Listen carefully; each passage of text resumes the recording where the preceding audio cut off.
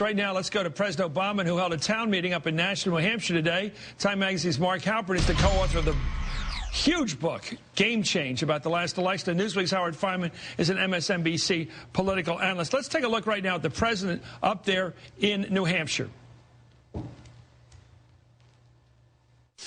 The message you all sent when you elected me, the message that was sent this past month, is whether you're Democrat, Republican, Independent, you're out of patience. You're out of patience with this kind of business as usual. You want us to start worrying less about our jobs and more about your jobs. You want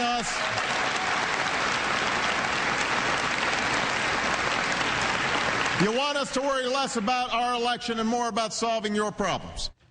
Well, something's working. The Gallup poll, which does daily tracking, shows the president's job approval has been heading upward the last few days. Look at it. At the very end, at the very right end of that, you see it going up to 51%.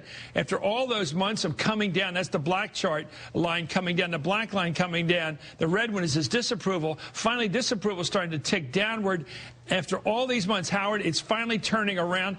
Tactics. Maybe tactics are enough. You don't need strategy. I think going over my notes of talking to White House people before and after the Massachusetts race, I think they decided after Massachusetts they were going to go after the Republicans. First of all, Obama's good at it. He was never a courtroom lawyer, but he looks good going after them the way he did in the Lion's Den last Friday. He looked good doing this.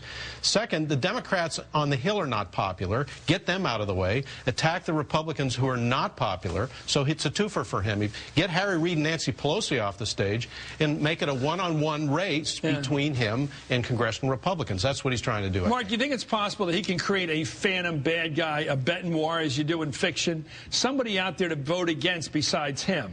Well, he's got to do it. He's got to put the Republicans on the defensive. He tried very hard to do that. Look, they're 2 for 2, Friday and today. Great scheduling and staging by the White House, going to the House Republicans, going to New Hampshire, where it's got 2 House races up, a Senate race, a state that the politics, there's going to be a lot of focus and create energy.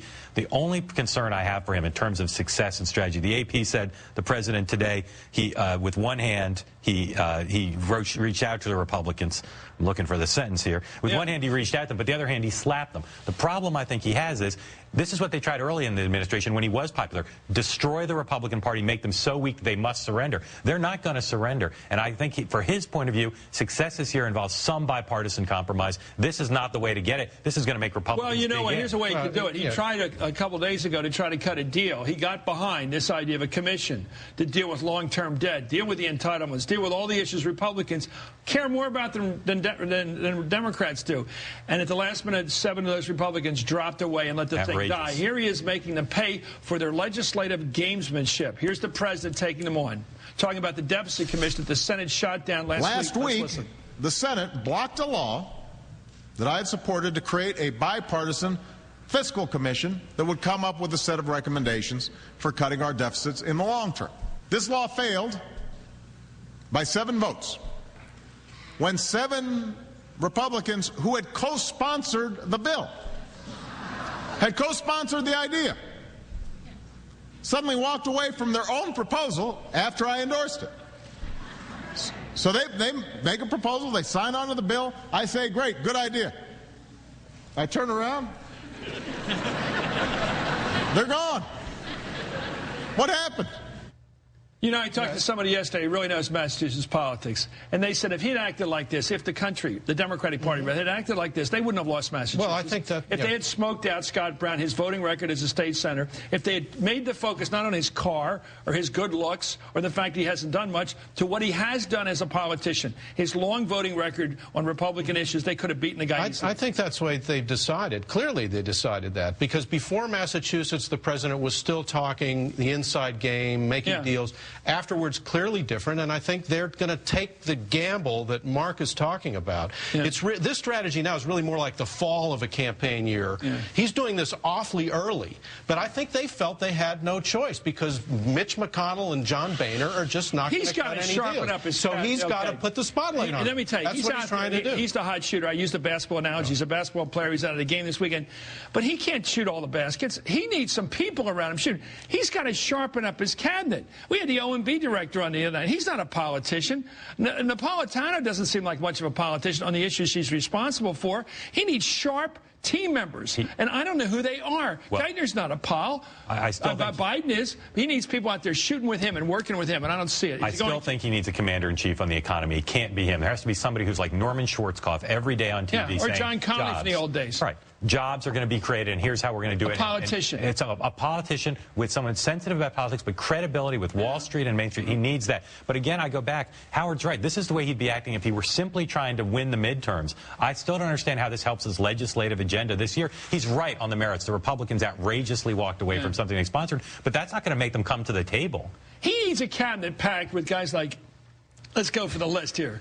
Eddie Rendell of Pennsylvania, Schumer, guys that are verbal, aggressive, know how to talk, and could talk to people who are middle road voters from the suburbs and say, here's the problems we face, we inherited it, here's what we're doing about it. It ain't perfect, but it's better than what those jokers are doing. Yeah, I agree with that. Why doesn't he have people like that around? And also, they don't talk like that. Also, where's Joe Biden? I mean, don't forget, this middle-class task force that they put together, where's that? Joe Biden was supposed to be somebody who could do some carry the fire of what Mark's talking about, but they are not giving Joe Biden any real online responsibilities. He's in the room, he's kibitzing in the room, he's not making any decisions. You can't put Larry Summers out there, you're right. He's not you a pal. can't put Geithner out there, he's not you're a right. pal. You can't put Orzag out there, you're right. A plan. Where are the pals in this administration besides the president, the vice president? I love Joe Biden, but a plan that's predicated on putting him out regularly to talk is a plan that's got a lot of risk. Get some. Who are the sharpshooters in this administration? I think the issue on which they need I have never seen an administration with so few politicians in it. The economy. It's the same problem Bush had. Name Bush's 3 Treasury secretaries. Go.